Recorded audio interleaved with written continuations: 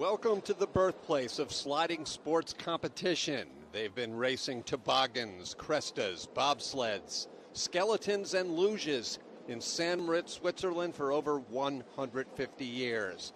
Today, with the snow falling, it is the site of the final race on this year's Eberspeche FIL Luge World Cup women's singles competition coming your way. As you can see, snowfall, temperature hovering right about the freezing mark, both the air and this natural ice surface.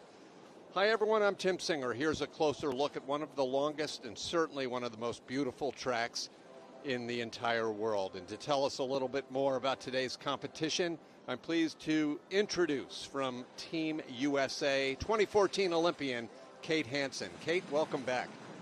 Thank you. St.Moritz, it's one of the more interesting tracks in the world. I mean, they rebuild it every year, and as we saw on that map, it weaves in and out of a forest and of a field, and it's so interesting to watch. And so right here, you'll notice with the athlete, their feet moving up and down, and there's multiple ways to steer a sled. They can steer it with their feet, they can steer it with their hands and their shoulders, and each curve is going to require a different algorithm of these steers. And really quick, it's interesting to notice at the top of the track, there's going to be a series of quick turns, but most of these turns, they're going to require hard drive, and they have to be laid back. So those shoulders, they have to be light and ready for each curve coming their way. Reini Ager providing those point of view pictures on a much prettier day here in St.Moritz.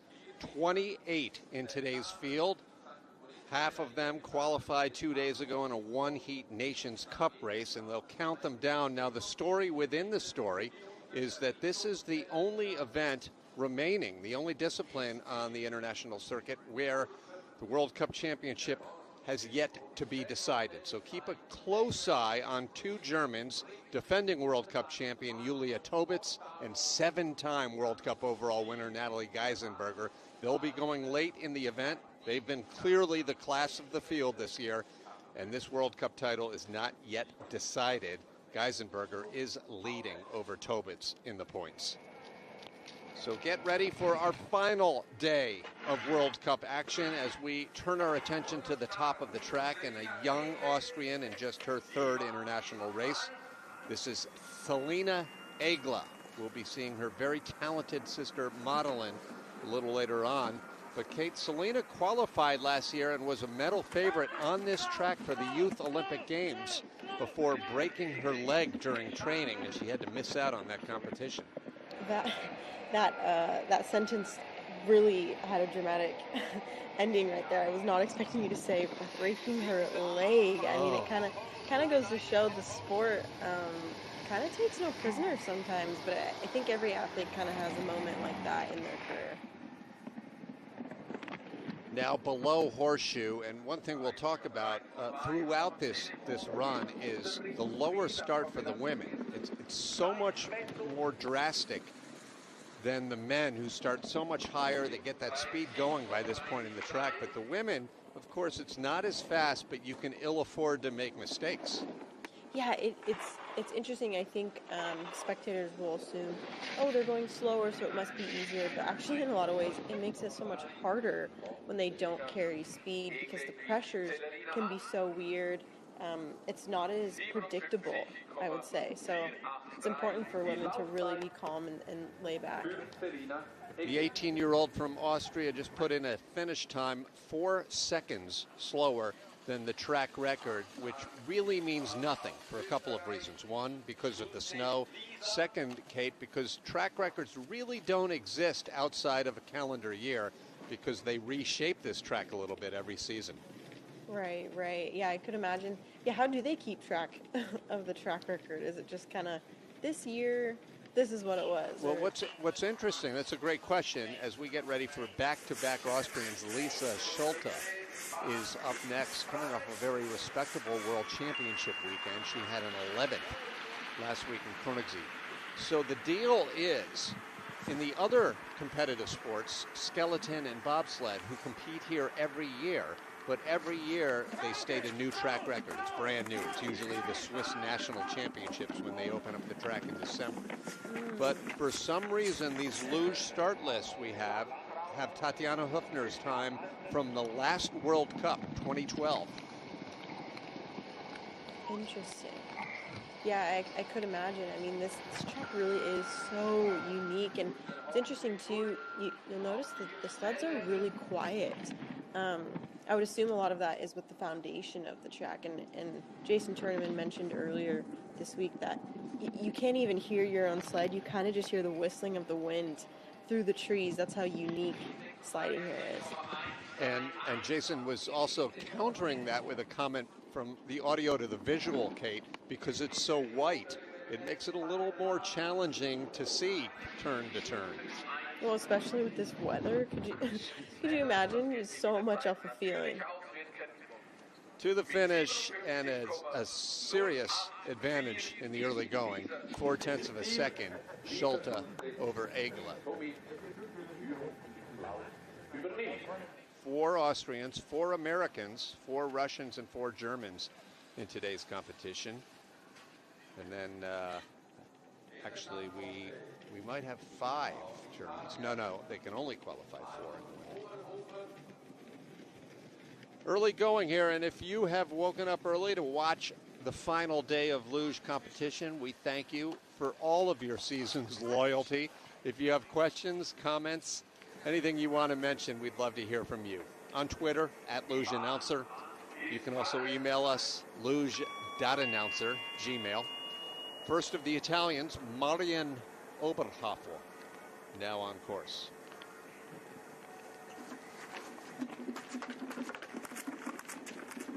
And with the snow, they're getting a sweep every 5 sleds. Was that what it was? That's what it was last week when we were covering the one snowy event. I didn't get exact word on what they're doing.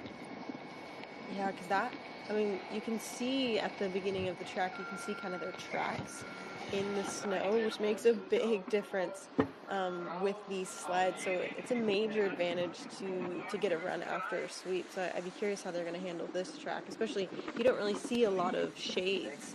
It's very, very exposed. There was an event that we covered in Altenburg a couple of years ago. That was one run shortened women's race, won by Sandra Robacha, teammate of Oberhofer's from Italy. And if you had that first start time after the sweep, that was something like a 0.4 of a second average differential, that much faster. That differs from track to track, but that is amazing. So around the finish in second place, 1800s behind Schulte, but ahead of Celerina Luge.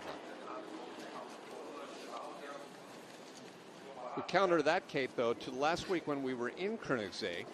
They were sweeping, but we couldn't really even tell. They were hopping in there and sweeping between sleds, right? Yeah, they are talented crew over in Koenigsegg. And this track, it seems kind of interesting. Obviously, last week was a really intense track, but this seems like one of those tracks where it might be easy to get down, but hard to be fast, sure. Which can be one of the more frustrating races. It's kind of like Eagles in Austria. I mean, it's simple to accomplish it, but to stay fast and get those transitions can prove to be really difficult. And like Eagles, right off of this lower start for the women, they've got a couple of corners right away. They're not the easiest things to stare at after a relatively flat start ramp. Right there. Right. Yeah, and that start ramp really favors strong starters. So it's kind of interesting when if you know you're not a strong starter and you show up to a track like this, you're like, wow, I'm already working uphill for this one. Now this is Klaudia Domorodska of Poland, and let's lay out for a second because people have been mentioning how her sled whistles. I'm interested to hear if that's still the case. Not hearing it. Oh, you're not? I can kind of hear it, actually. Okay. Interesting. And that has something to do with the runners, I'm told. I mean, yeah, if you go to a session, I don't know the last time you've been live at a track, but each sled, like each country's sled, they sound so different. which just kind of intrigues your mind. You're like, what are they doing with their sleds? Like, what are they doing that I'm not doing? Tobitz down in 4th place. Now we're slated, Kate, for the first of the Ukrainians to come next, Elena Stetskiv, but it is our understanding, very late word, that Ukraine did not make it to the race today. The road was closed between their hotel and the racetrack, St.Moritz, Celerina. So that is just awful for the Ukrainian program on the final day of the season. That'd be so frustrating. You train all week for this, and it's hard for countries to travel around. I mean, the fact that the luge circuit hasn't been back here in 9 years says a lot, and so then to not even have your moment, it would be so hard. Emily Sweeney next up, the first of 4 from the United States. Hard paddles. She had some decent training times all week. I think Sweeney will be a good tell of the condition of the track and what it's looking like. She knows how to drive and is so relaxed in the sled. She's an expert of her craft, and so I think she'll be a good show of what the track is like. Former World Championship medalist Emily Sweeney had a 7th place finish last week at the Worlds in Germany. And I believe her second run may have actually been a top 5 in the field. She's fallen a little bit back, and it seems like she's just losing time. Not sure if this is a product of the snow or maybe sled setup for this type of track, but she's probably not used to being that far back from the leaderboard. 5th out of 5 is definitely confounding. And in a normal race, Emily Sweeney is ahead of all of the 4 that just went. So it might be one of those there's nothing you can do mornings, Kate. Right. Oh my gosh, don't even get me started on those. Those are so frustrating. It's interesting too. I mean, this is the main comparison with Summer Olympics, Winter Olympics, right? It's like you are a victim of the elements and you just have to deal with it. Our next competitor, Eileen Frisch, will be up for South Korea, and I'm wondering if they've just swept, and we'll get an indication here, because either the track continues to slow down or Frisch gets an advantage after the sweep. And to your point, Kate, probably the only Summer Olympics sport you can compare that to might be running the marathon on a 95-degree day. Because absolutely, that will definitely affect a majority of the field as well. Totally. Yeah, I mean, it's kind of like they say in the Seinfeld episode that we've probably heard so many times of, like, you know, the Summer Olympics is really about true tests of athleticism, and the Winter Olympics is just about survival. That's a good way to put it. And wasn't there a marathon episode with a marathon in Seinfeld where they gave one of the front runners a cup of hot tea? Okay, 0.3 of a second back already for Eileen Frisch. And I'm already looking down this start list to see who will give us our first indication of someone that might normally be in the top 10 and doesn't get there. This is going to be one of those mornings, Kate.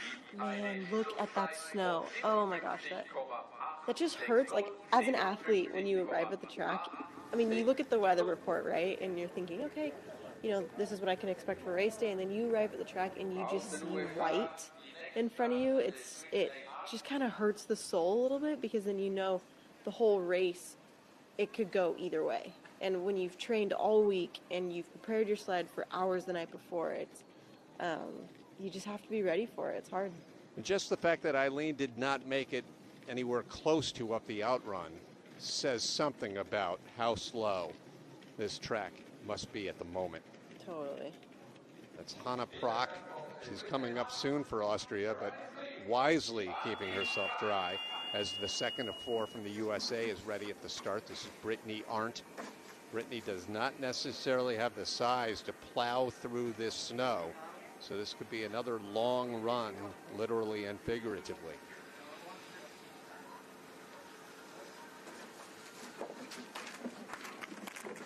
when I talked to her about 2 weeks ago, she mentioned how in this off season she managed to put on around 10 kilos of weight, which might sound a little opposite for sports, but for luge, that's actually an incredible thing. These women are trying to put on as much weight as possible because weight is speed. So she might have more of a chance with the snow, with the weight that she's gained, but with that extra weight. I mean, she stayed in green, and obviously the color didn't change until the split clock. Right. Brittany did have a tap into that Nash corner right off of the start ramp, but this is just going to continue to accumulate, the snow and the deficiency. It'll be interesting, too, once we kind of move into some of the heavier girls because they've moved. Oh, ouch. That is painful. With the girls that weigh more, they really just plow through that snow. And truly, that is a compliment for how hard these women work. But yeah, that is a rough one for Art. What makes it doubly rough, Kate, for all of these athletes, Brittany and anyone dealing with these conditions, is this is the way you're going to leave your season. This is your summer, thinking about your last race. And that's going to be tough for Brittany, who sits in 7th place right now out of 7. Right. The little tap there, yeah. And that doesn't look like much, but it really can compound down the track, and that right there, I mean, you can't recover from that. That's a hard one to hit. Oh, the disappointment right there. It's just like, I trained all week for this, and that's what I ended up with. 4 Austrians in today's race, Madeleine Egla and the other 3, and Hanna Prock is one of those other 3 who all just made it into the field in Friday's qualifying. Now here's the way it generally plays off, just to keep in mind if you're up early and watching. In conditions like this, the race director, Marie-Louisa, and all of the jury will keep a close eye on the fairness of the competition. As you said, Kate, it's a winter sport. There's nothing you can do about the weather. But once it becomes very far removed from what would be deemed a fair competition, they have several options. They can make it a one-heat race. They can wait. They can do any number of things. They can just plow on, literally. So I'm not sure what we're going to see here. I think I saw a track worker jump in the track as Art passed, and so I'm curious if Prock did get a sweep for this track, which would make all the difference. Prock, a slow starter, and has the 6th fastest start, and we'll see what kind of difference it makes. Jason Turneman is watching in his hotel room and said he feels like Sweeney's run was a great indicator of how much the snow is going to affect the race. She's quite normally a top 10 athlete, as we were mentioning, and she came up well behind. And Jason, if you have any tips on what you think they should do, I'd love to hear your opinion, or just your knowledge of what happens in these situations. Let us know. We'll see Turneman a little later on, we hope, in the team relay.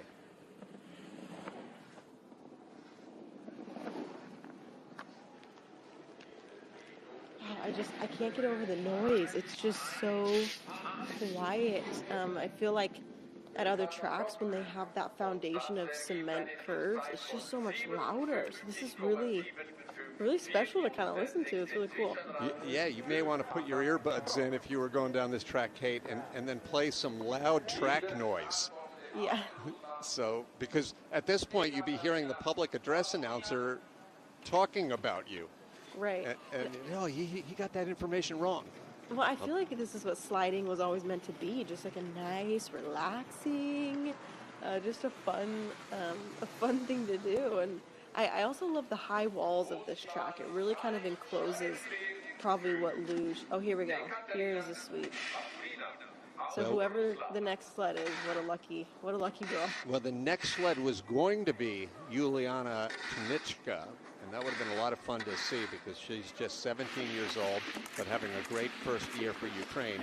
But again, to update you, the Ukraine could not make it to the race. The road was closed between their hotel and the track. So now the first of the Russians, Ekaterina Baturina, 28-year-old Russian, 2-time Olympian, into the horseshoe.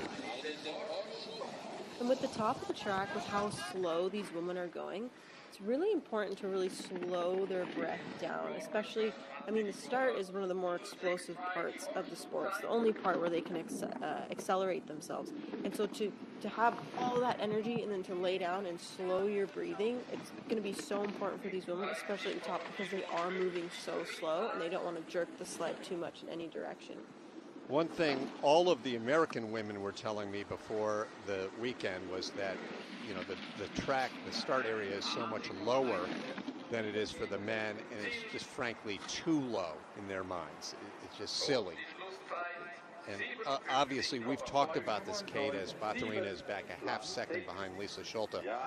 We've talked about this ad nauseum almost this season, but why not? Why not start at the same spot? Yeah, I mean, it was really prevalent too for athletes in Whistler before everything kind of closed down after the tragedy in 2010, and kind of showed, you know, women can compete from those same heights. I don't know if it's just tradition or if they just, I don't know, they aren't flexible, but most of these women are capable from racing with the men, and they just don't really get the chance, which is unfortunate. Tell me another sport where they have separate start areas. Certainly not among the Winter Olympic sports, skiing and sledding, right? Yeah, that's a good point. I don't know for skiing, for like downhill, is it still all Same the same? start, I believe. Might be a slightly different. Yeah, don't hold me to that. But, you know, the argument for the two separate starts is you still want to keep the field strong and healthy and have a lot of athletes, and maybe the fear is if, for example, here or in Whistler, you move back to the top start, would 10 or 15 of these athletes just not be able to safely make it down? That's possible. But Summer Britcher counters that by saying, well, you got to start young. Everyone starts young. They go to the top. Right. Yeah, and Summer's a proponent of training from men's heights. They'll call it speed training too. Like if they're in Park City getting ready to go to Whistler, the Americans will race from the higher start to get ready for the speeds at the Whistler track. So there's definite advantages to training from the top. Verena Hoffa of Italy, the second of the Italians.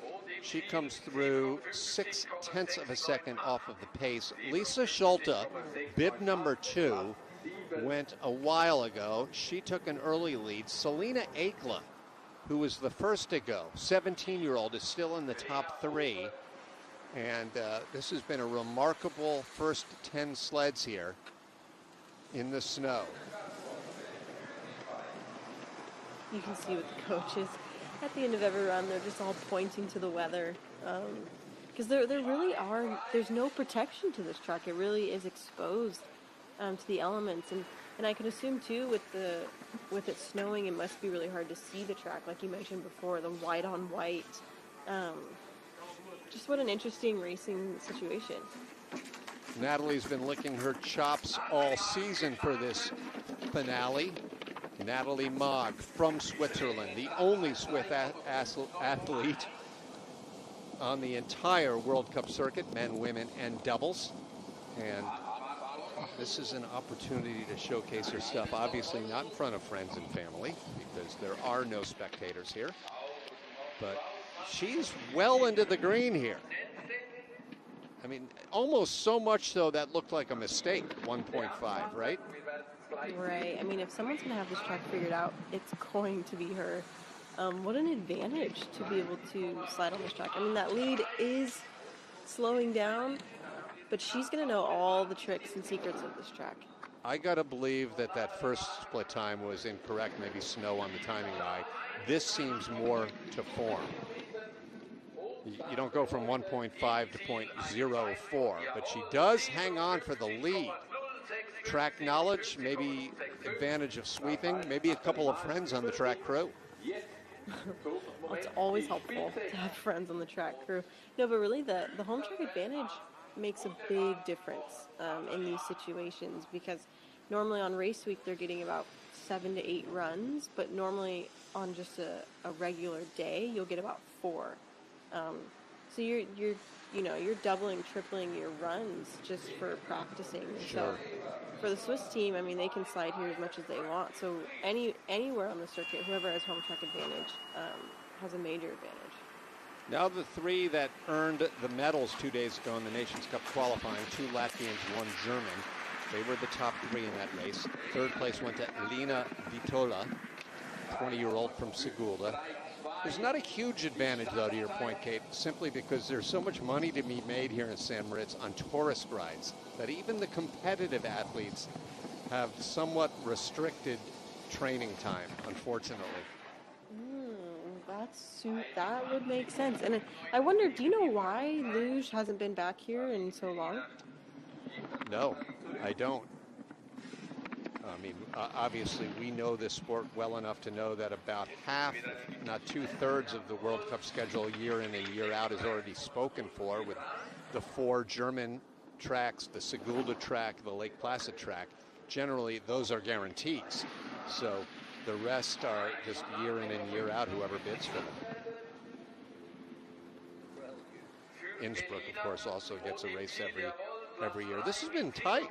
0-2 now. You know, what do you make of Elina Vitola in 3rd place and Emily Sweeney in 7th place right now? It's going to be unpredictable the whole way. You know, if I had an answer for that, I probably would have stayed in sliding. Yeah, that's true. Or coaching, at least. Yes, I would have. You know, if you can figure that out, then you can figure out the secret to Luge. I mean, it's the type of sport where when you try harder, you go slower. And when you try less, you go faster. It's probably one of the most frustrating things about it. And so the more you think about it, it's when you start to think too much instead of just getting the sled down the track. And I mean, that doesn't even get into sled setups and sled tech, and it's a whole world. Candia Aperiod now on course. She had a podium earlier this season in Oberhof, Germany. If someone moves into the green, you would expect she might be the one of those who have gone so far. At least the good news is there haven't been a lot of serious weather days this season on the World Cup, at least compared to last year. Started off this year with several warm events, but nothing that was radically affecting the competition, as evidenced by Geisenberger and Tobitz taking the top 2 positions in most races. Well, and with this weather situation, it's an interesting thing to point out because this track doesn't have refrigeration, right? So the weather really is the teller of the ice, whereas a lot of times if the refrigeration is turned up at other tracks, the ice can get really frosty, and so that's right. It's a true signal of what the weather is doing, and unfortunately, the weather's not on their side. But wow, that time! Solid run, Candia Aperiod in first place by a wide margin, and yeah, with the natural track, there's just no telling. We talked about this yesterday. Sometimes on sunny days, the track speeds up. Because of that reason you mentioned, Kate, because the frost diminishes. It's probably can also give like a natural spritz, like if it gets warm enough with the track melting a little bit. I wonder what the track feels like towards the end of the season, right? Once it starts to warm up, it's kind of melting. Like, how do they decide if the track's safe? Yeah, that's a good question. We're sitting at 6,000 feet, so elevation alone enables them to continue a little later into the winter than at some locations. Now, the winner at last week's Nations Cup Friday was this woman here, Cheyenne Rosenthal. And we have a little bit of a hold here. And a chance to tell you that Jason has answered my query. Tournament saying that I think they just need to let the race play out. It's supposed to snow all day. And the second run, this is a great point, the second run could level things out. So it's an outdoor winter sport. Weather happens. Well said from a true veteran who's been on the circuit for so many years, has seen every type of weather system, every type of track, and he's right. I mean, it always just ends up how it's supposed to end up. Well, it appears that Cheyenne Rosenthal has been iced, natural iced, as technical director Kristen Gampla there in the black coat is talking with the track workers maybe assessing the situation. Clearly, from that view, the snow is falling a lot harder right now. Right. But counter to that, Kate, is the fact that Apariota just came down with a pretty impressive time. Right. Well, and did you notice her first split? It was 1 second point something. So, I mean, maybe the snow is not tripping the eye, and maybe that's just how it's going this race. And Yeah, it's a pretty interesting race. I think we saw that for a couple of sleds where that first split time was an error, and then things normalized. Now, in the background there is Ainars Pogelis from Latvia. In the foreground, Norbert Locke of Germany, the coach of the current athlete. Ainars, of course, the new president of the International Luge Federation. He would hate to see his first season end on a questionable note. But now we're ready for Cheyenne Rosenthal. She did not qualify for the World Championship roster last week in Koenigsegg, but she's probably raced in 6 or so of the World Cups this year. Tim, I want to ask you if you know, do you know why certain athletes choose certain colors of visors? I have no idea. I've always wondered. I wonder if there's like different seeing ability, like maybe different colors offer, I don't know, different depths of perception, but I didn't know. I know you're very knowledgeable on all of these athletes, so I was like, oh, maybe he's got the secret. Yeah, thanks for that. If any of the active athletes are watching right now, let us know, because that's a good one, especially in these white-on-white conditions here in St. Moritz. Rosenthal, this split coming up here, is 3/10 behind Kendia Apariod. This is after the sweeping and shoveling. I'm so curious to see between Geisenberger and Tobitz with the World Cup standings. I mean, at risk with this race. This could really go any way. The snow's really been an X factor in this race. We're going to get a really good indication here in just a moment, because Diana Eitberger will be the second German to go. She's next up, the Olympic silver medalist. Diana with 2 podiums last weekend at the World Championships, and obviously one of the best in the world. So how she handles this condition may really clearly determine how the rest of the field does. Not to mention coming off of a child. I love seeing these women going out, starting families, and coming back to the sport. I feel like it really speaks for how mental the sport is. And as long as you're mentally sound and mentally prepped, I mean, you can stay competing. And a lot of these women, they peak in their late 20s, early 30s. So the longevity of the sport can be there if they really want it. Now the Olympic silver medalist, Diana. It's been a great comeback season, as her new baby, Levi, just celebrated his first birthday this week. Diana anxious to get back to Levi and to Chris in Munich tomorrow, but one thing still remaining, her final World Cup race, and she enters Horseshoe in the red.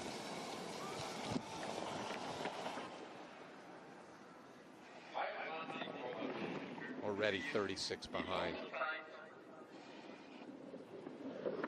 Seems like she's kind of sitting up a little bit. And when you can see the zipper on the back of their suit, it kind of goes to show that their head is a little high. I wonder if it's because it's white-on-white conditions, or maybe just not as comfortable with the snow. But or her visor may not be the right color. It might not be the red. Maybe she forgot the red one at home. Not sure. 7/10 back at the second to last split time in heavy snow. She actually hangs on, doesn't lose any more time down at the bottom, but still just a 7th place time. Norbert Locke gives us the visual. Not much else you can do to analyze that run.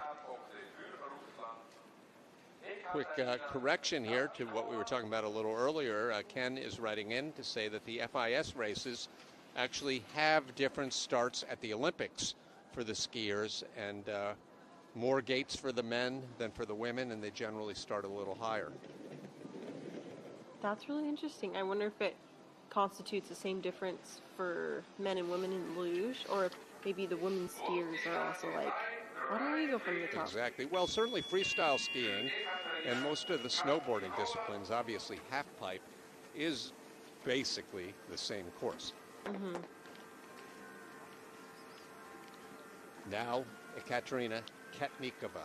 And for the first race in the last 11, we're not able to call her the defending world champion, but it is a title she will hold forever, of course, which she won in 2020. Came back with a top 10 last week at this year's Worlds. And now negotiating the Nash and Dixon corners into Horseshoe. So one interesting thing that the track is posing for these athletes is with this buildup of snow, obviously when they sweep, they're not able to get all of it out. So there's kind of snowbanks that accumulate on the insides of these curves. So they have to drive around these snowbanks because hitting one of these small little lines of snow will slow them down significantly. So it kind of adds a different factor, a little bit more of Mario Kart racing, right, where they're, you know, in and out, avoiding these things, and it's pretty prevalent at the start. There's a good amount of snow up there, and so that'll make a big difference in their times. Well, I want to get a good indication in run number 2 as Ketnikova is nowhere near the Latvian, as you can see, in 15th place, on exactly when they're going to sweep. Germany's Cheyenne Rosenthal is currently in 2nd place. We know that she started after a fairly lengthy sweeping delay. I got to assume Kendia Apariod also had the sweep right before her. There's no reason to believe that didn't happen with her time. But, wow, this is going to be, it's all going to be luck of the draw in run number 2. And, you know, and this is one of those moments where athletes, I mean, I'm just remembering these races, right? I mean, you just work so hard for these seasons, and everyone knows. You know, I'm just imagining all these women back in the start house. How was your run? How was your run? And everyone just like, the snow. The snow. And it just kind of brings you back to this humbling point of you will always be subject to your elements. And it can be a really humbling part of the sport. And it kind of just turns it more into a fun thing to do and maybe a little less competitive. 3rd of 4 from the USA. Some hard paddles there and a lot of yelling in the background for Ashley Farquharson. Actually had a decent World Championships last week. 12th place finish. So you can notice the snow on the side of the track, right in the crease almost. That'll continue to build up during this race, and so hopefully, I mean, that's the type of thing too. Coaches will point out, hey, in this curve, you want to watch out. The snow's building up here, so you have to steer around it. As if the sport wasn't hard enough. So the snow really, I mean. Yeah, it's a true winter sport. Over 1 full second back now. Farquharson just doing all she can to drive clean lines. That's all you can ask, and her lines aren't even perfect through the snow, so this will compound. The Russian just came down in 15th place. The American crosses the finish line in 16th place. Wow.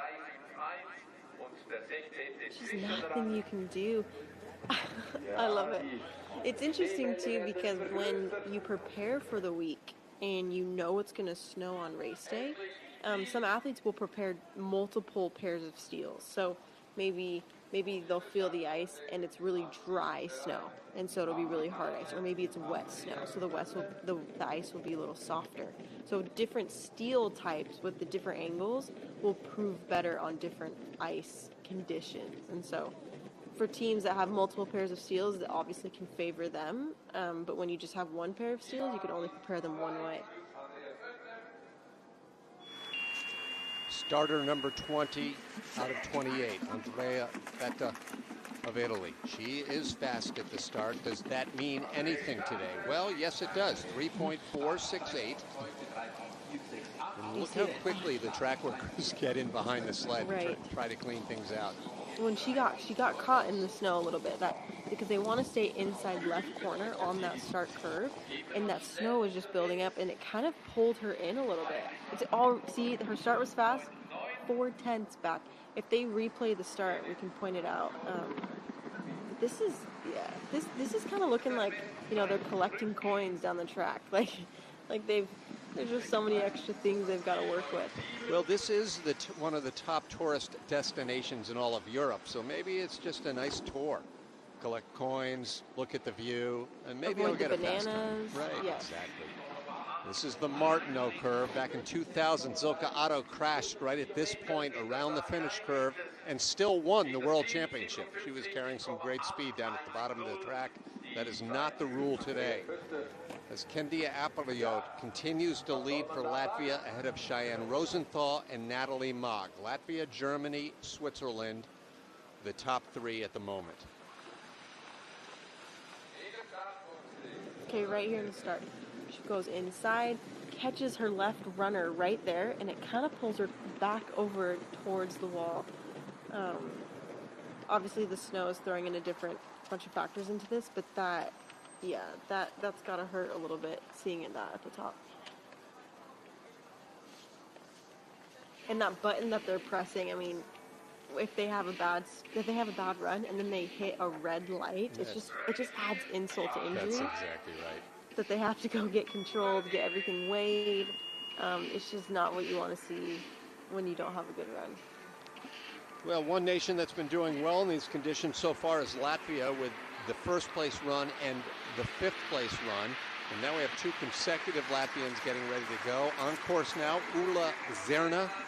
Now this Nash-Dixon combination right here, as she has trouble negotiating them.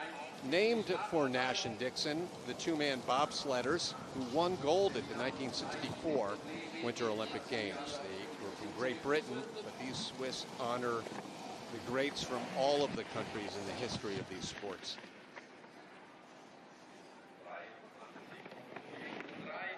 That start with her hitting those two balls, it's impossible to come back from. It can be so disheartening too when they have a really good training week, and then on race day they show up, they're pumped up, and then they just hit walls at the start, and you're just like, gosh, if I could just take back those 10 seconds, if I could just get a mulligan and just redo that to get another shot. But this is exactly what happened to Ulla. If Luge were a video game, you could get a mulligan. You could just try it as many times as possible, but it isn't. And she was tapping walls left and right, really, at the start and at the finish. So a rough ride for Ulla Zerna, who finished 13th last week at the World Championship and has had a couple of top 10s, as high as 7th this year on the World Cup. She's turning into one of the more veterans on the circuit, which is cool to watch, just with the experience she has. But right here, just kind of paddled straight into it, right wall, left wall, looping the curve. It's hard. Starts are hard. That's why they practice them all year, all summer. They go to start houses and are working on those paddles. So, but you gotta love it. Coming up with a smile.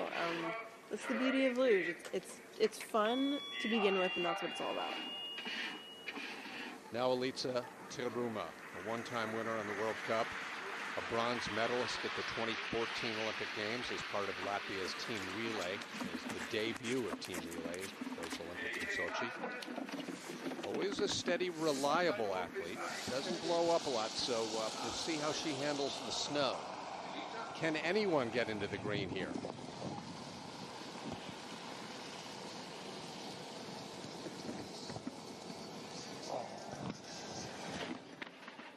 Hanging in the red. Keeping it relatively close compared to the last several sleds.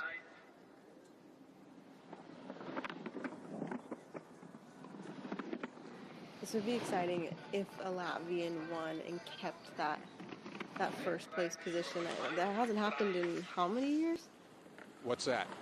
For a Latvian to stay in that, to win one of the, Apariot, her time is keeping up there. That's right, yeah. And the last Latvian woman to win a World Cup race was this woman, and it was last year in Winterberg, Elitsa Tiruma. She crosses, losing all sorts of time down in the lower part of the track. She's in 9th place, 0.8 of a second behind Apariot. It was a big day yesterday for Latvia in doubles, taking the top 2 spots in the World Cup doubles competition. Bots and Pluma, the rookies, the first-year World Cuppers winning their first ever race, and really looking impressive in doing it.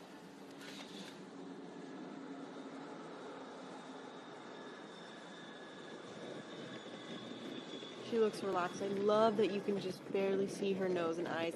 That's kind of what you want. They really go off of feeling with this type of, with driving a luge sled. Whereas for more skeleton and bobsled, they can see so much more. They go a lot more off of visual cues. So luge kind of provides a whole different aspect to sliding. Geisenberger holds about a 74-point lead over Julia Tobitz in this race for the World Cup Championship. Julia trying to win her second, Natalie extending her record and winning an 8th World Cup title. She's in the driver's seat.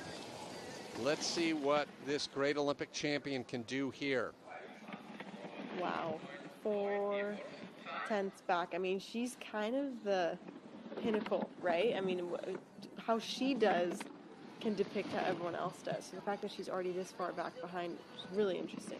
Pinnacle, she's the GOAT in women's luge with 51 World Cup victories, 2 Olympic gold medals. But nothing anyone, even the greatest of all time, can do on a day like today. She's a full second back. She will be around the 20th place position, 17th. Not something she's used to. You know, and she's going to make this race interesting. I mean, Julia Tobitz still to come, still dealing with these snow conditions, but it's been so strange back and forth that Tobitz, I mean, on balance, 70 is a lot of points to make up. But if she wins this race and Natalie's back in 17th place, for example, then we've got a hunt for the showdown and the championship. Yeah, there's just nothing you can do. And with Geisenberger, she holds a lot of weight. I mean, she's solid. I mean, she's been doing this sport for how long? She's got a lot of muscle, and she has that weight advantage. So if she can't break that time, then we might be hearing a Latvian national anthem. Final American in today's competition. This is 5-time World Cup winner, Summer Britcher. Summer with 1 podium, the only podium for the USA this season, a 3rd place 2 weeks ago in Innsbruck. She had a very solid 6th place result last week at the World Championships and was 4th as part of the USA's team relay. And she has a hard hit. I was just thinking, I'm like, you know what, if the Americans have figured out the sled setup for this type of weather condition, there might be a shot of this with Britcher. She's got a fast start.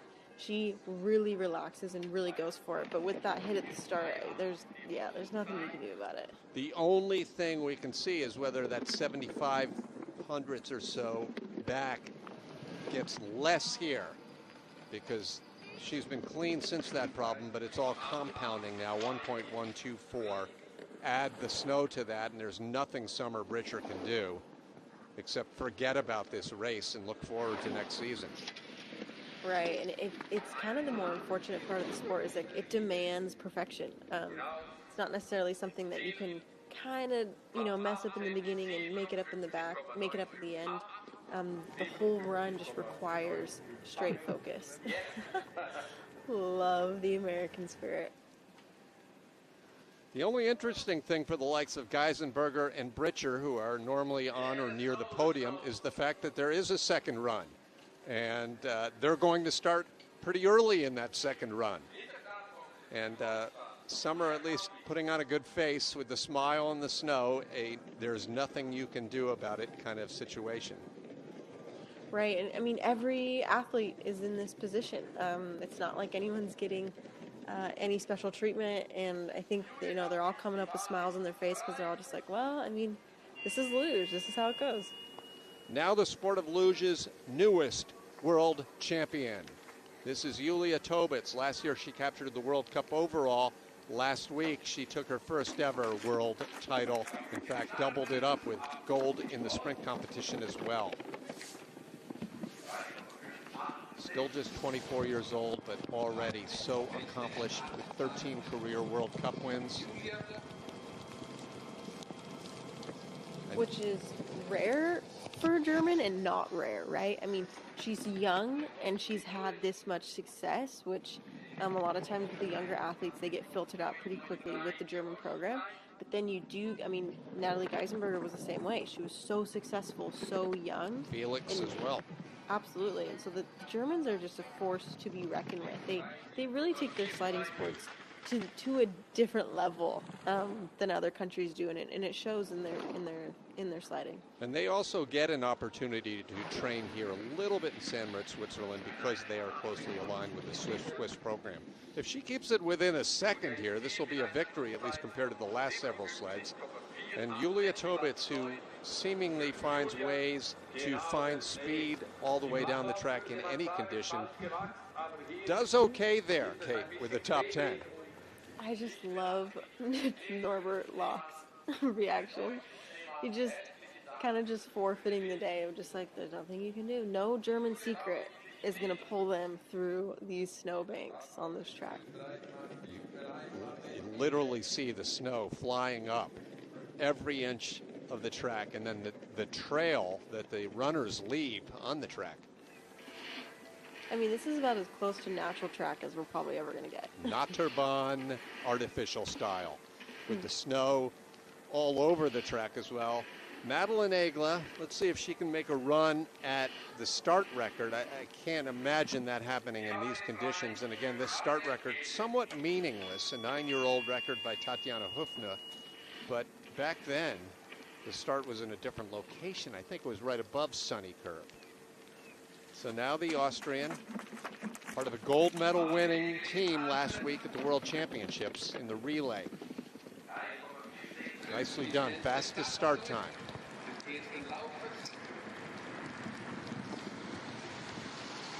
How quickly will this turn red, Kate? I'm not a betting woman, Tim. I could not tell you, but maybe, I mean, I just think this is all coming down to, because if they're sweeping, I mean, you're going to get the sweep you're going to get, right? It's just going to go how it goes.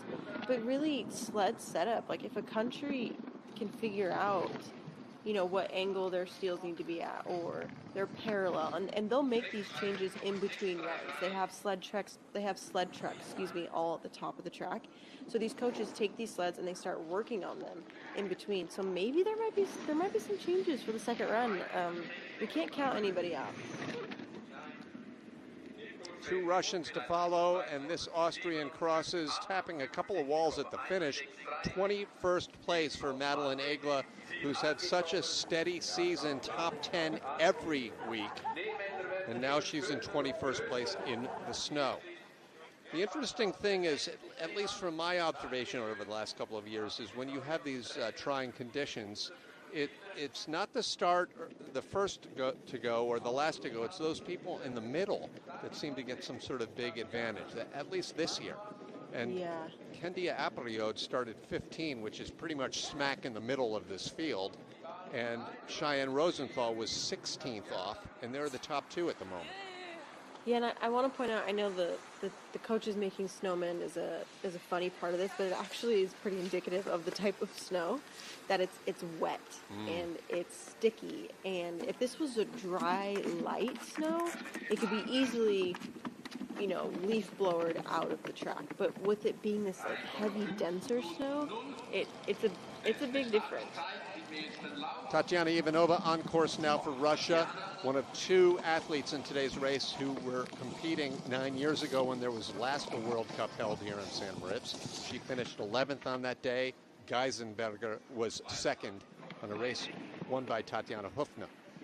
Already a half second back.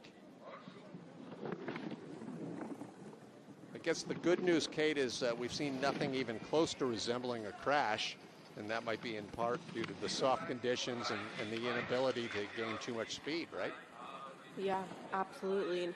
And one thing these athletes will check when they come to the track, they'll check how hard the ice is. So one thing that they can do is they can go scratch the start ramp, go scratch the ice, and see the kind of marks that are left in the ice with their nails. And so if there's no marks left, the ice is really hard, and it's going to be really fast that day. But if there's little marks left, you can imagine it just being like your steels. It's going to have a lot more friction in the ice. 23rd out of 25 for Tatiana Ivanova with 1 remaining. Nothing huge in the way of errors. I mean, we've seen a lot worse. We've seen some hits off the start ramp. We've seen some large hits at the finish here. Ivanova, all the same. I'm not sure exactly where in that picture the clock stops. The 21st position, or rather 23rd position.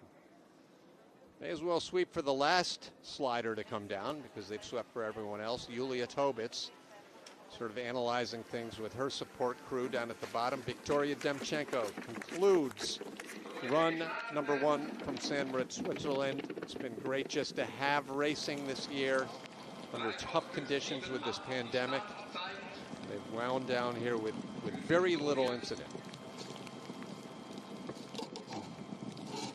The snowbanks are just building up. I feel like it's making the track just skinnier, giving him not much room to go. But wow, almost 6/10 back already. I would have assumed that maybe she could have broken through this time. I mean, she's got a quicker start. She's got a lot of good weight to her, but this track is no respecter of persons today. So she's also facing the wrath of the snow like everyone else. Demchenko had a bronze medal at the World Championships last year and then crashed last week at this year's Worlds, which is sort of a microcosm of her career in this sport. To the finish, Victoria Demchenko. 23rd. She is 23rd. Her teammate is Ivanova in 24th place. And what more can you say about run number 1 from St. Moritz, Switzerland?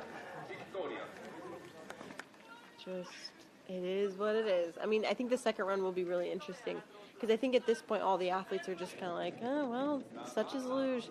Right there, just notice that little snowbank she cut through. I mean, maybe the snow will stop. Maybe they'll give a good sweep. Anything's possible, and sometimes these types of races can be the most exciting because there's so many elements to deal with. My app says snow all day, so we'll see. How's the weather in Los Angeles, by the way, this morning, Kate? So it's blizzarding and it's terrible. Yeah, we can't get out. Misery loves company. Here are the standings. Kendia Apariode, better than a quarter of a second clear of everyone else. Cheyenne Rosenthal looking for her first ever World Cup medal, as is Natalie Mogg. Keep in mind, all of the leaders on this board will be going late in run number 2. If the snow continues, advantage early, or at least in the middle of this group. And that's right where Natalie Geisenberger sits. The World Cup leader in search of World Cup title number 8 is in 18th place. And surprisingly, you've got some familiar names on that last page.